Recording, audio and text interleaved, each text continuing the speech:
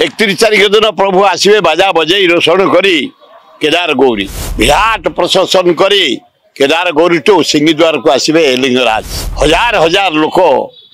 से प्रशासन जोग देवे। आज तो 40 भितर अच्छे 44 45 दरे ए करार कम कर अभ्यास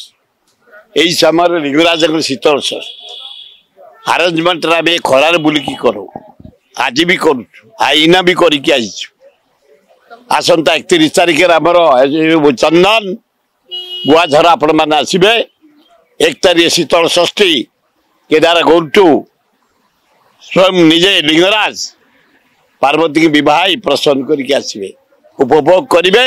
दर्शन करेंगे आशीर्वाद आने बढ़िया हम। 31 तारीख दिन प्रभु आसवे बाजा बजे रोषण करी केदार गौरी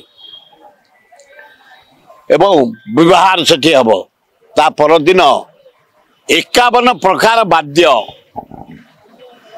नाच गीत घंट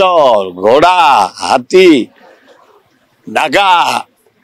old to new model dance विराट प्रशासन करी केदार गौरी टू सिंहद्वार को आसवे लिंगराज हजार हजार लोक से प्रशासन जोग देवे। आपण मैंने आसवे उपभोग करेंगे आशीर्वाद बढ़िया हम।